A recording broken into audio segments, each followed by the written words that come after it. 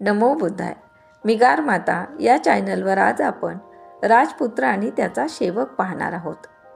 छन्नाने कंठक घोड्याला घेऊन गौतमाला अनोबा नदीपर्यंत सोडण्याचा आग्रह केला. नदीकाठी आल्यावर तो परत जाण्यास तयार होईना. तो म्हणतो, मी एकटा गेलो तर महाराज मला काय म्हणतील?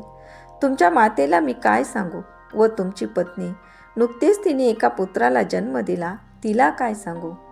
तेव्हा सिद्धार्थ गौतम म्हणतात, माझ्या पित्याला जाऊन सांग की त्यांचे प्रेम कमी पडले किंवा मला कुणाचा राग आला म्हणून मी त्याग केला नाही.